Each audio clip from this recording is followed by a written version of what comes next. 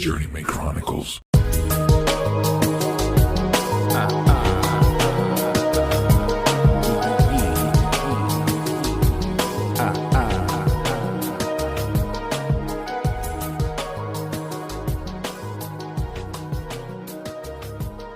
All right, so we're down to one microphone because my other one just took a shit. The first microphone that I bought for the podcast finally took a shit.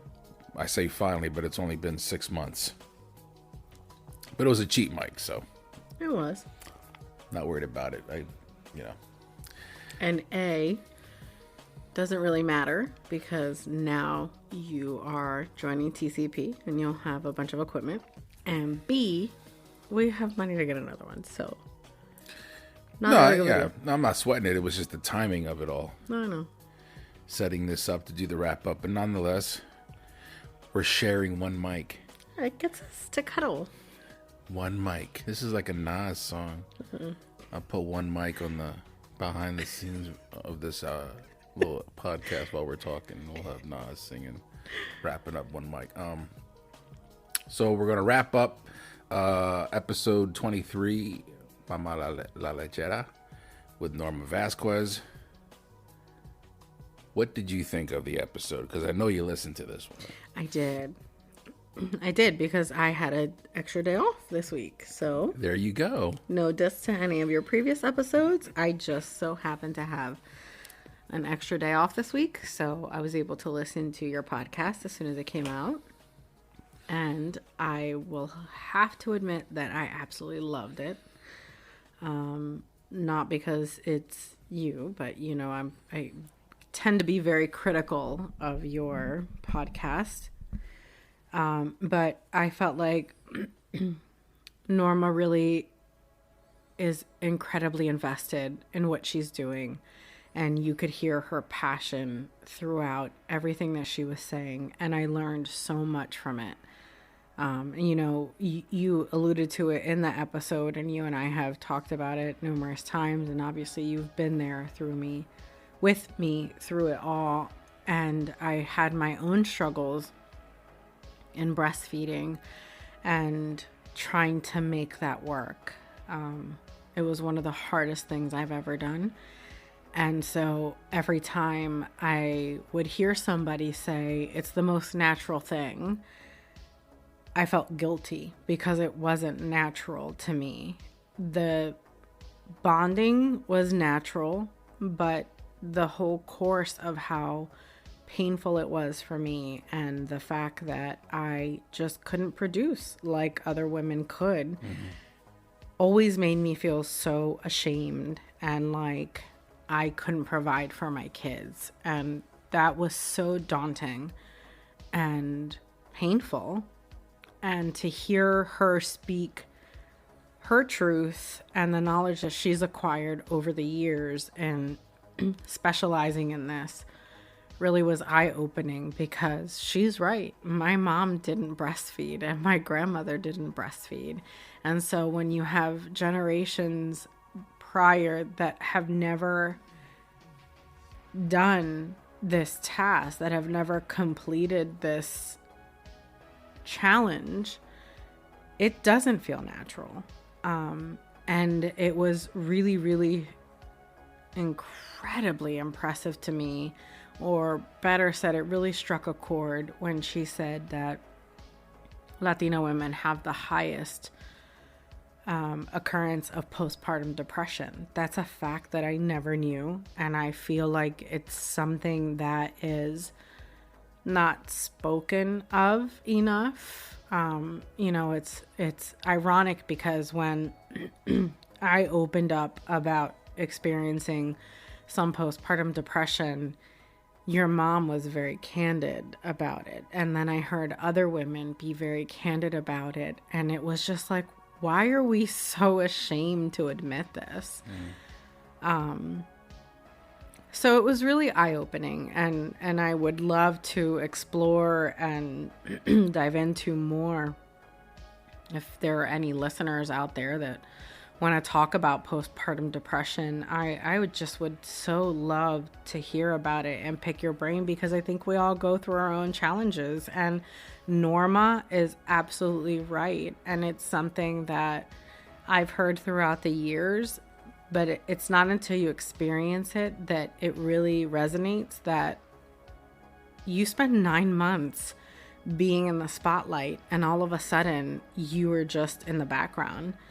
And it does make a difference. Like, all of a sudden you have all this help, like you had all this help. Everyone's willing to reach out and they want to help you and they want to be part of it.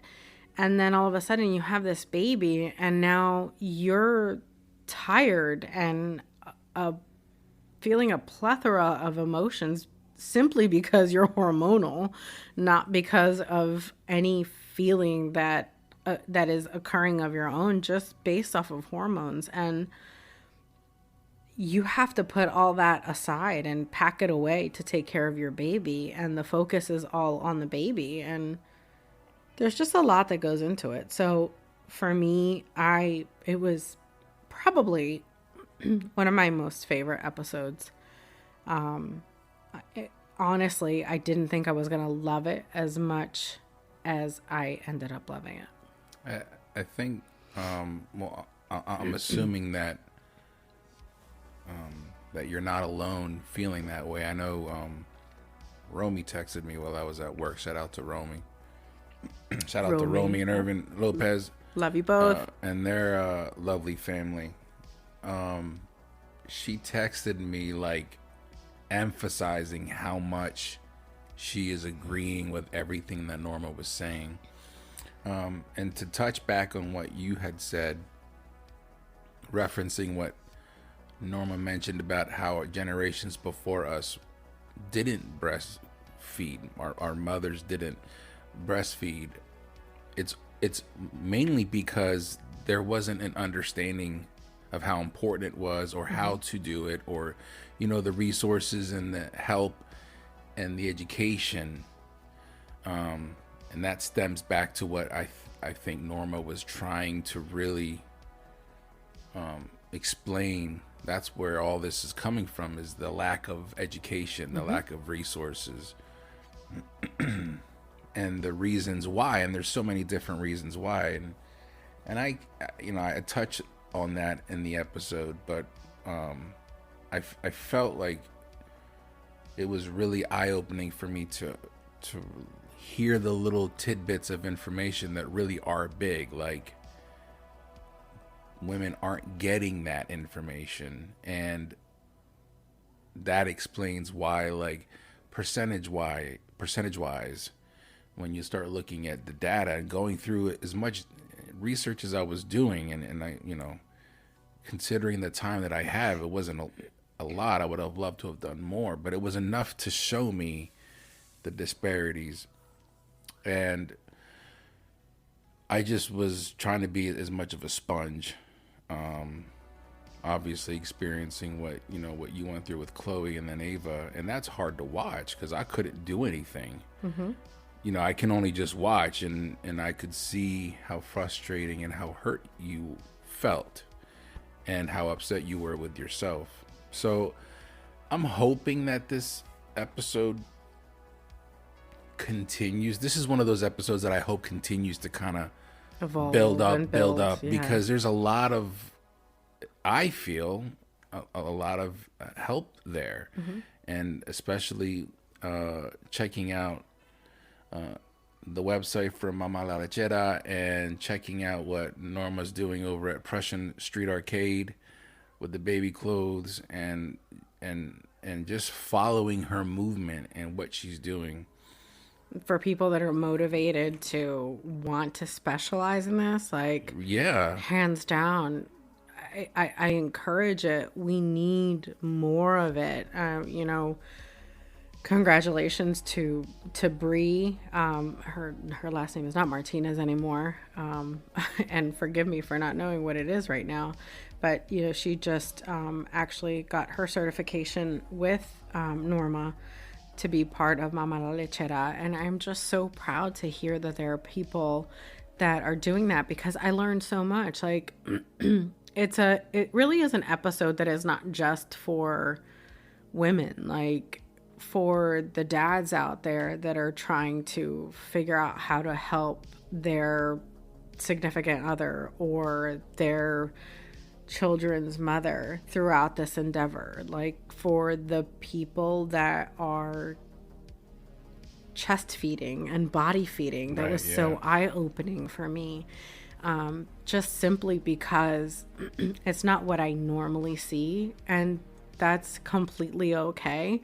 But we have to talk about those things so that everyone is included in what is this sometimes trial, and hopefully more so a triumph than anything. But I highly encourage the continued movement, like you said, and people trying to learn more about it and people specializing in it, because it really does make a difference. And to add to that, like one of the things also that came across so beautifully in how Norma spoke about this topic is something that I never realized about myself, in that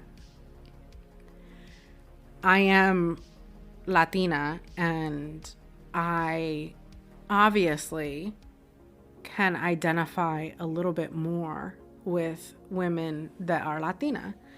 And it's something that sometimes I have a hard time admitting, because I have grown up, or I have been raised in a very, very Puerto Rican family. But I ended up going to a school that was predominantly white, and I work in a culture as a nurse, not necessarily where I work right now, but just in general, where the majority of the people that I work with end up being white. And I think sometimes I struggle with saying that I identify more with people that are Latina or Latino. And she said it so easily and eloquently that it reminded me that that's okay also. Just the same way as white people often feel more comfortable getting education or having intimate moments like breastfeeding with education from someone that looks like them, it's okay for us as Latina women or as Black women to feel a little bit more comfortable when somebody's teaching you or having that intimate moment with you that looks like you, because it can be hard. Especially, I've had the benefit of being able to speak English my entire life, but especially if you don't speak the same language and you're trying to be educated on something that is so foreign to you, and it's in a different language. Yeah.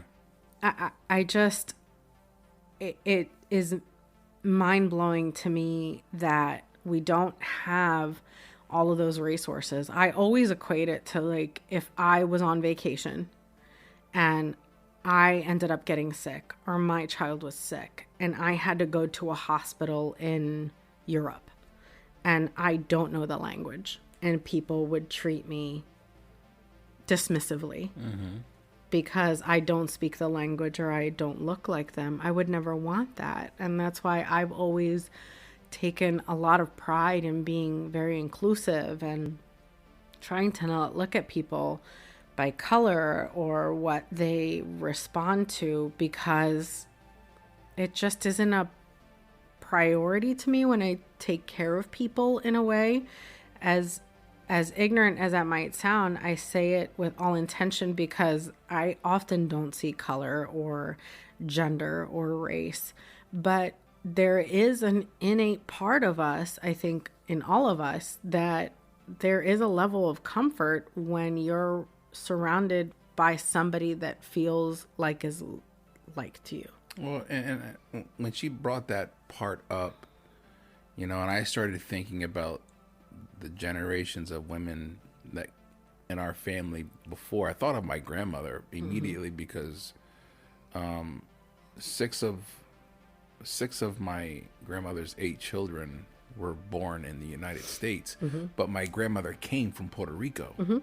So I grew up knowing my grandmother well because she could speak English to me, even though she spoke both Spanish and English. But I also know that, you know, there must have been a barrier there at first when she first came over to have 6 children. You know, like that's that's what I'm thinking of, is like that dynamic of your surroundings for the most part are foreign. And so that's why, you know, when Norma talks about seeing, when they saw her, the walls came down. There has to be an understanding there of why that is. It's because predominantly, for the most part, you know, any foreigner's experience not being surrounded by their people can be very intimidating and exhausting.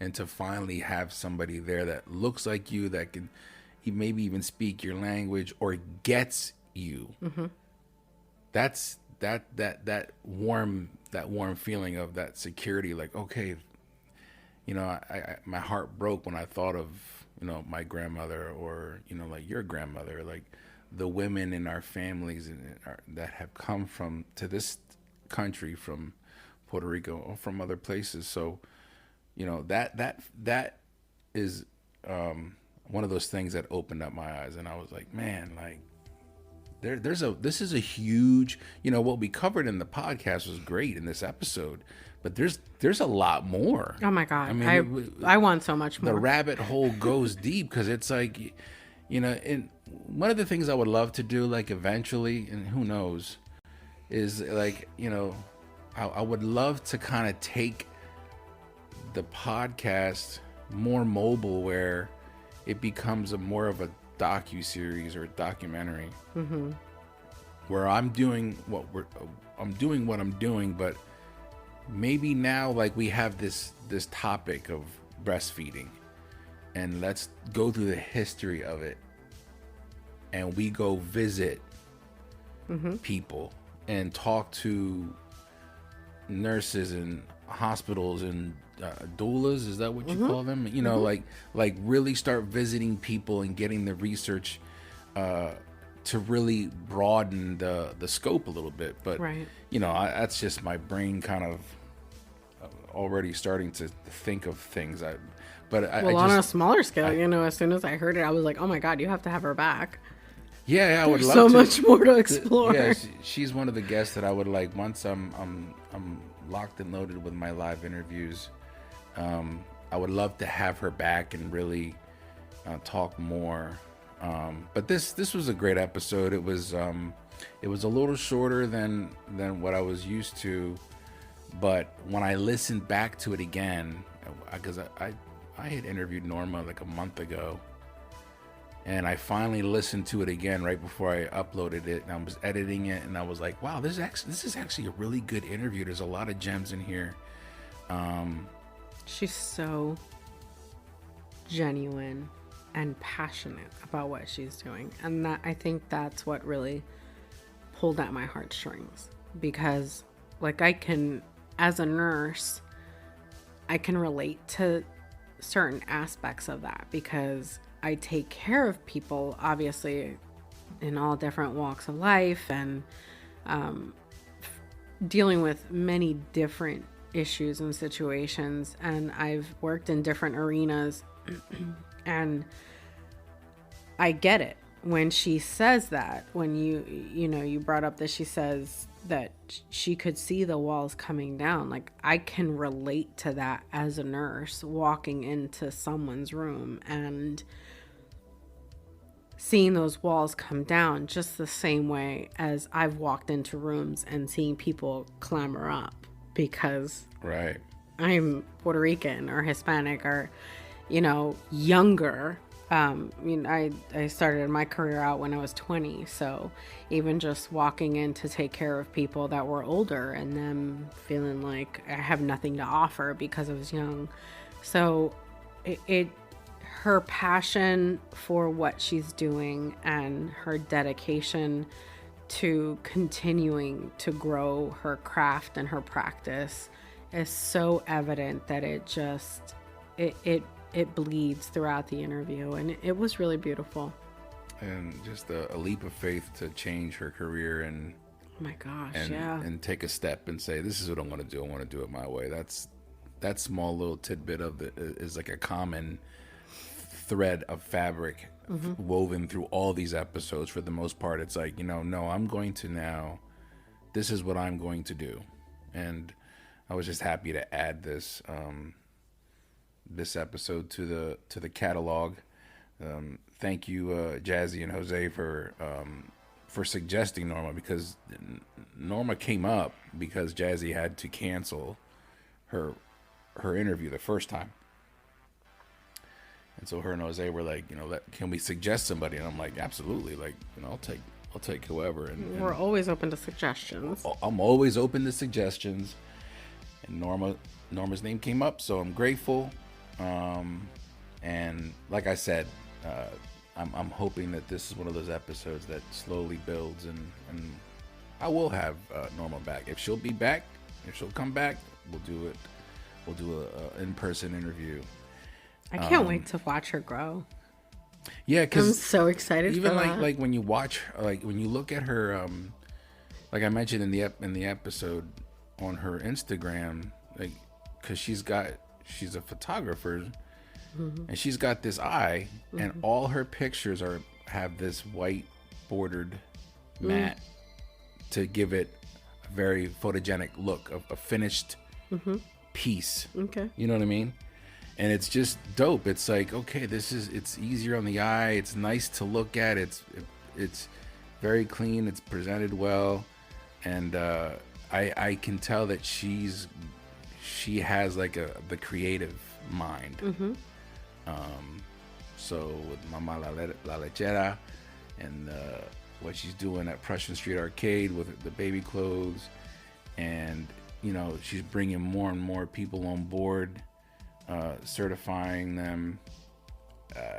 My hat is off to Norma Vazquez. And not that she has ever asked this, and I've never even met Norma, but for anyone who is interested in donating towards the cause, I think that this would be the perfect person to invest in, because she really wants to continue to keep giving. She wants to continue to spread the knowledge, and she is 100% invested in growing the cause. So, if anybody has a couple extra bucks in their pocket and they want to focus on breastfeeding and the breastfeeding culture, she is a beautiful, beautiful investment. She's the one you want to talk to. Okay, so that wraps up Norma Vazquez, episode 23. So let's talk about some big news. I want to end this episode talking about the big news and really talking about what's going on, because I put a couple pieces out there on social media, and if you follow TCP, if you follow Marquise Lupton or Whitney, his wife, or any of his team, you may be hip to the fact that TCP is going to be rolling out a new app. They've got new studio space. There's a lot of big moves that they're doing. They're pretty much stepping up their game and leveling up, and it's awesome to see. This is dope. And the cool thing is he hit me up and was like, I would love to have Journeyman Chronicles on the TCP app on the radio station that's taking place in the studio.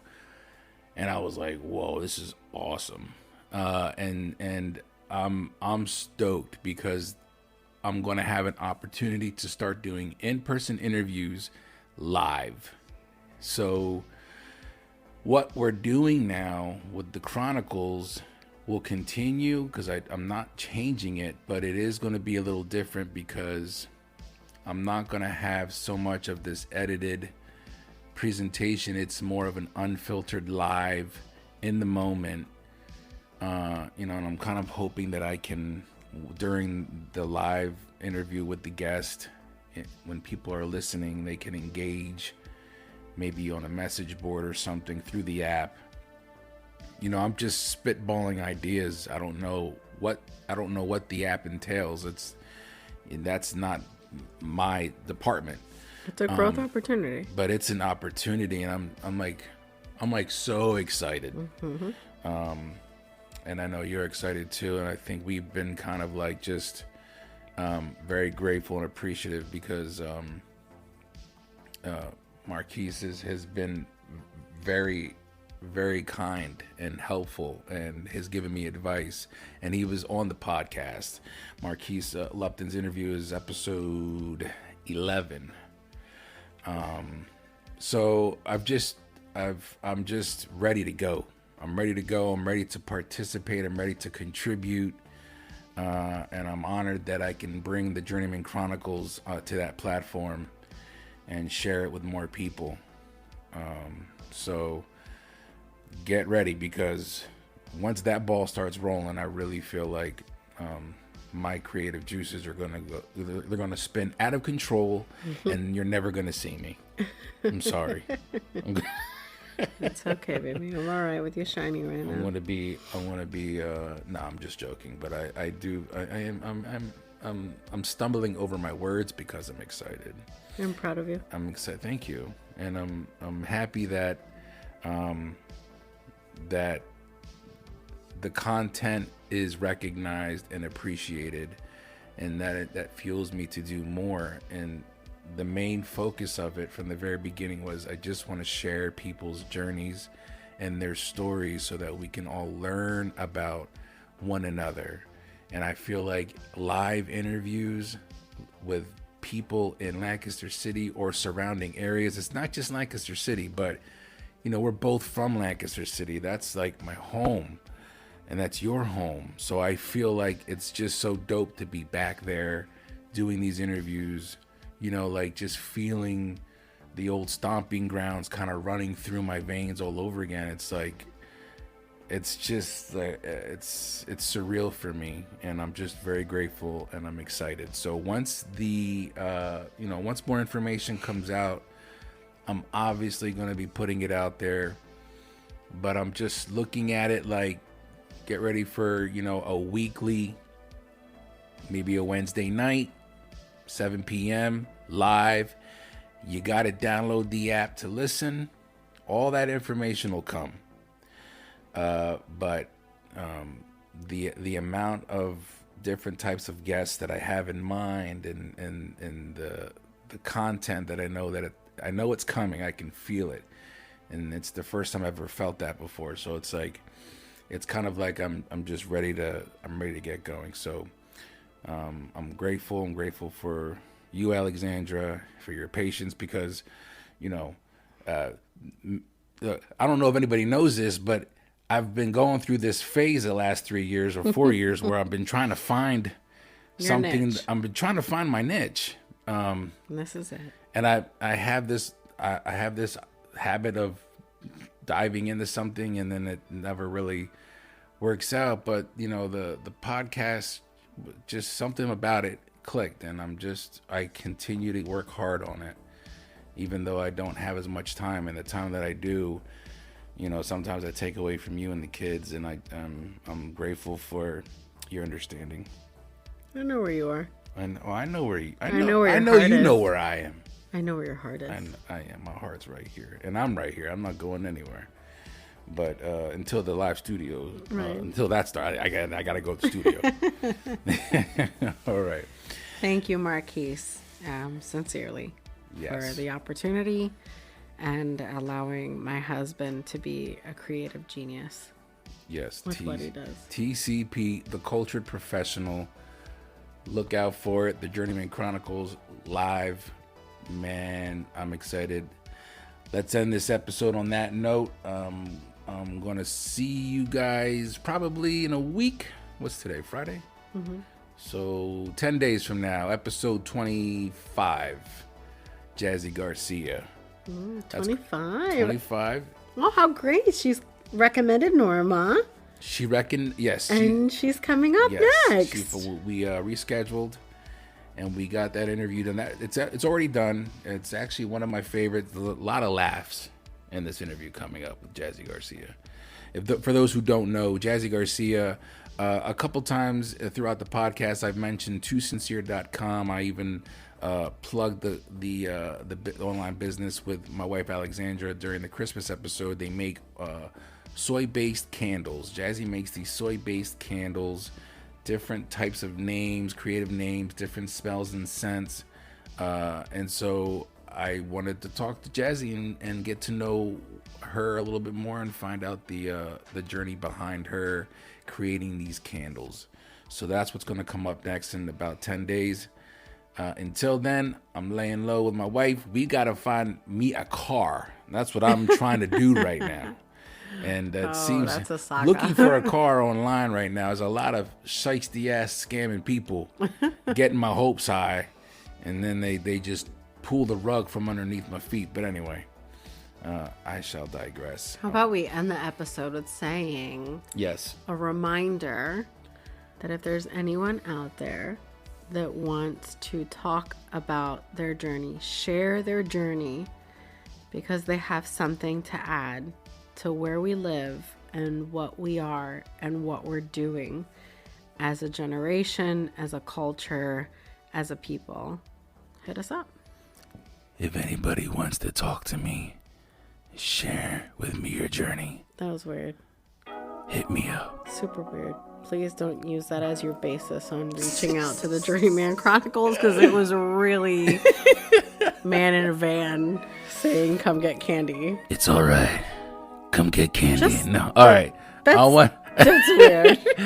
All right. Y'all be firing safe. Y'all be safe. Remember to maintain focus and stay continuous through all 4 seasons. My name is Felix. This is my wife, Alexsandra. And these are the Journeyman Chronicles. Y'all be safe. Din, din, din, din, din, din. Not that again.